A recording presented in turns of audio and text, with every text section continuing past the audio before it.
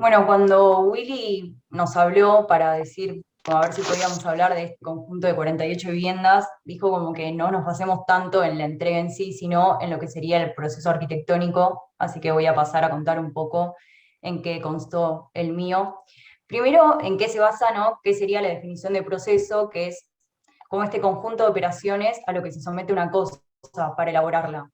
Entonces, si yo tuviera que hablar de las operaciones que hice para hacer el conjunto, debería hablar de tres momentos. El primero sería la ciudad, el segundo el equipamiento y por último la vivienda, como que se dividió un poco en estas tres partes. Y cómo estos tres momentos después deberían involucrarse e integrarse en una misma cosa. Primero, en el tema de la ciudad, el proyecto teníamos la posibilidad de elegir en qué máster lo queríamos implantar de los chicos de sexto y se eligió uno que tenía que ver un poco con la ideología del proyecto, que era esta idea de integrar todos los espacios públicos y todos los proyectos de otros años. El proyecto está acá, digamos, y todo el máster trabajaba en la zona del hipódromo y del bosque. Y esta idea de generar una ciudad peatonal, este corazón de manzana que estaba perdido, cómo revivirlo y de una forma diferente, que sería la idea de pasaje, que también estaba en el lote, una ciudad horizontal, ¿no? Que va tratando los ejes horizontalmente en toda la ciudad, y una ciudad en altura, que esta grilla horizontal se elevaba al nivel más 450 para separar al vehículo del peatón. Después, si tuviera que hablar de equipamiento, ¿no? Este análisis previo de, bueno, qué actividades hay en la ciudad, qué focos quiero generar, el tema de las circulaciones, ¿no? Qué jerarquías, cuáles hay que potenciar para invitar al usuario al proyecto, y la integración siempre del verde, del bosque, del hipódromo. Y bueno, ahí analizar, ¿no? Como qué sectores de equipamiento a mí me convendrían, teniendo en cuenta que está la preexistencia de un colegio y que a fin de año vamos a hacer un equipamiento educativo, ¿no? Pensar en todo este sector escolar, un sector cultural también para la ciudad y para el conjunto, lo mismo con lo comercial, y también esta idea de expandirse a las manzanas que estaban, las manzanas vecinas, generando también sectores deportivos. Y después, en cuanto al tercer momento, que sería la vivienda, ¿no? Pensar siempre la ubicación de donde yo quería ubicar, siempre las opciones eran de este lado o de este por una cuestión del sol, del asoleamiento, y se decidió que esté de ese lado como para invitar e integrar al bosque y no darle la espalda al mismo, y también las relaciones con la ciudad, y esta idea del pasaje en horizontal, y cómo todo eso siempre iba a estar relacionado con estas miradas de ciudad y bosque y bueno, siempre con las visuales. Y un poco como antes de estos tres momentos, yo siempre tengo en cuenta los momentos previos, ¿no? Que tendrían que ver con los proyectos anteriores, que van de primero hasta, bueno, hasta cuarto año, y cómo todo eso va a definir mi proyecto, ¿no? Esta idea de que se va desde la habitación al proyecto urbano. Y tengo en cuenta esto por un tema como de no solo hablar de referentes externos, sino de autorreferentes. En este sentido, a mí me había servido mucho revisar los proyectos anteriores. Acá una comparación con el proyecto de tercero, que era un proyecto con la mitad de viviendas, era viviendas 24 con equipamiento, y que también retomaba esta idea de pasaje que volvemos a tener en nuestra manzana. Y como ese pasaje, yo en el cero público que se expande a la ciudad, también volví a hacer otros pasajes entre medio. Después lo autorreferencial en cuanto a las circulaciones, por ejemplo, o en cuanto a la forma de la vivienda, que va a estar determinado por las circulaciones, ¿no? De si quiero, no sé, viviendas frente-fondo, o si no quiero, si a mí me había gustado esa idea, cómo me quedó o no. Y lo mismo con las relaciones espaciales, esta idea de que el cero público cobra más de un nivel, se va metiendo entre las viviendas, y lo mismo, retomar ideas o no retomarlas. Y por eso, como todos estos primeros momentos que yo hablaba, que era ciudad, área, sitio, proyecto, programa, pasan a un segundo plano como para hablar de esta idea de los referentes. Y yo siempre que voy a hacer un proyecto, no lo puedo hacer si antes no le busco como un concepto que sería para mí como un eslogan que yo quiero que tenga mi proyecto. A veces me sirve, a veces me traba porque no siempre aparece un concepto rápidamente, como que es un proceso bastante largo. Y esta búsqueda del concepto viene de la mano de la pregunta de qué quiero que sea mi proyecto, ¿no? ¿Cuál es el objetivo? Y acá, por eso aparecieron estos autorreferentes y los referentes. El autorreferente fue, como dije, este proyecto de 24 viviendas, que eran viviendas frente-fondo. Estos serían las terrazas, los espacios de expansión, que siempre el living o el comedor se expandían ahí. Ay, perdón el perro, estaba con todo. Y después las circulaciones acá eran pasillos. Entonces, bueno, en su momento, viste esta idea de que los proyectos, una vez de la entrega, después se pueden continuar. No siempre todos los hacemos, pero bueno, yo creo que la forma de continuar este proyecto fue como en el conjunto de viviendas de cuarto, ¿no? De que acá por ahí estas terrazas estaban muy pegadas, me hizo todo generar vacíos, o lo mismo la idea de los pasillos no me terminó convenciendo a fin de año. Y después, en base a eso, ¿no? Como a esta autocrítica de qué no quiero repetir o qué sí quiero repetir, es donde vienen los referentes, como que uno siempre va buscando también en base a lo que le interesa. Y a mí me ayudó mucho encontrar este referente, que era un concurso para viviendas de Villa Olímpica, que lo que hacía era separar las circulaciones de las viviendas en sí, ¿no? Como este gráfico que mostraba, que como que muestra bastante esa idea de la conexión por puentes, y de separar todo lo que eran ruidos, circulaciones, separarlo de la vivienda. Y ahí es cuando aparece el primer concepto, que sería que las circulaciones sean un recorrido y no sean pasillos.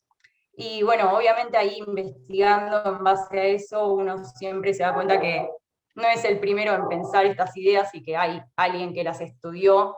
Y ahí es cuando encontré Las calles en el aire, de Allison y Peter Smithson, que a mí el estudio de ellos y de sus proyectos, por ejemplo, el Golden Lane, me sirvió mucho como para, como no para copiarte del proyecto, ¿no? Sino de esta idea de lo teórico, lo conceptual, cómo llevarlo a cabo en lo que uno quiere. Y los Smithson lo que decían era que la calle es un medio de acceso, no es un medio de acceso, perdón, sino que es un escenario para la expresión social. Todo esto que estaba en el nivel 0, ellos lo pasaban a un nivel superior en la vivienda, y que estas calles eran lugares y no corredores o galerías. Y bueno, en base a esto es todo lo que se basa en mi proyecto, digamos. Esta idea de separar la circulación de la vivienda, conectarla por puentes y darle a esta calle aérea un sentido, un significado de ocupación que iba a venir con estos equipamientos acá. Y un poco el corte de lo que terminó siendo la vivienda, donde se separaban los dos sectores. Esta fue una primera preentrega donde no tenía ni las viviendas hechas, no tenía nada, pero bueno, aunque sea este concepto, ya estaba claro como desde el día 1. Después, un poco para contar cómo lo desarrollé, ¿no? Este paso de lo teórico a lo gráfico, sería, este es el espacio de circulación, la calle aérea, la calle en el aire. Este es el espacio de vivienda, se iban a conectar por estos puentes, ¿no? Iban a formar un mismo espacio, porque encima los puentes tenían como 3 metros, no eran pasillos, eran también un espacio de encuentro si se quería. Y en una de las correcciones que habíamos tenido con Willy y con Agus, fue como esta sugerencia de que si yo quiero hacer una calle que sea una expresión social, yo le tenía que dar un motivo para que la gente quiera estar ahí, porque si no la gente iba a salir de la escalera o del ascensor y iba a ir directamente a la casa. Y ahí es cuando aparecen estos equipamientos, esos dos que iban a tener diferentes posibilidades de uso, pero que bueno, todo eso se iba a transformar en un solo espacio, y que como estas dos diferenciaciones de volúmenes iban a estar unidas por los espacios verdes. Y ahí, si uno analiza, ¿no? Como este gráfico, vemos que todo tiene la misma jerarquía, ¿no? Vamos a hablar de un 33% de vivienda, un 33% de lugares de expresión y un 33% de espacios verdes, de luz y de aire, que también fue una temática que se habló mucho por toda esta coyuntura, ¿no? De la pandemia que había empezado justo el año pasado. Acá puse, como para pasar así por encima, las viviendas, como para ver este dinamismo más que nada acá en estos espacios de expansión, que siempre tienen diferentes usos, ¿no? Y que podían ser consultorios, podían ser una especie de quincho, podían ser espacios de estudio, y se podían alquilar, se podían juntar, como dar una posibilidad más al usuario que lo mismo, con la pandemia surgió esta necesidad de, mira, no todas las viviendas tienen un espacio de estudio, entonces en este momento si necesitamos un lugar, bueno, se podía ir a estos módulos que estaban acá, que nunca eran iguales en ningún piso, y esa idea de dinamismo, ¿no? También en las plantas individuales, siempre buscar las dobles alturas, siempre buscar que el living, el comedor expandan a un lugar, tengan espacios de aire, lo mismo con la cocina, siempre todo ventilado. Y este dinamismo también llevarlo al corte, como pensar siempre todo en conjunto. Este corte acá pasa por esos equipamientos que salen de la calle aérea, y también cómo se van relacionando, ¿no? Tener la posibilidad de hacer una comunidad que esté como en constante relación. Y después, como que voy en retroceso de esos 3 momentos que hablé al principio. El segundo momento del equipamiento es, bueno, si yo quise hacer en las viviendas unas calles en el aire, cómo hacer que todo ese concepto pase por los 3 momentos. Y cuando hablamos de equipamiento, se elevó también el nivel cero público al nivel más 4,5, y no se centró solamente en el lote, digamos, como en este primer boceto, sino que se fue abriendo a las manzanas vecinas, y finalmente el boceto final fue abriéndose horizontalmente y peatonalmente a toda la ciudad gracias a estas calles aéreas. Bueno, este nivel público, ¿no? Pensarlo como que tenga la misma jerarquía que las viviendas, generar diferentes niveles, ¿no? En el subsuelo, en el 4,5, en el más 9. Las viviendas también tenían un equipamiento privado, más allá de los que estaban en las calles aéreas, y juntar todo esto en un mismo proyecto. Y bueno, lo mismo con la ciudad, estas como tiras amarillas horizontales, que son las que hablaba al principio, se van a ver reflejadas con las calles aéreas y van a llegar a todos los espacios de la ciudad, y llegaban también a los proyectos anteriores. Este era el de tercero, el de segundo, acá estaba el proyecto de quinto, y todo alrededor el máster.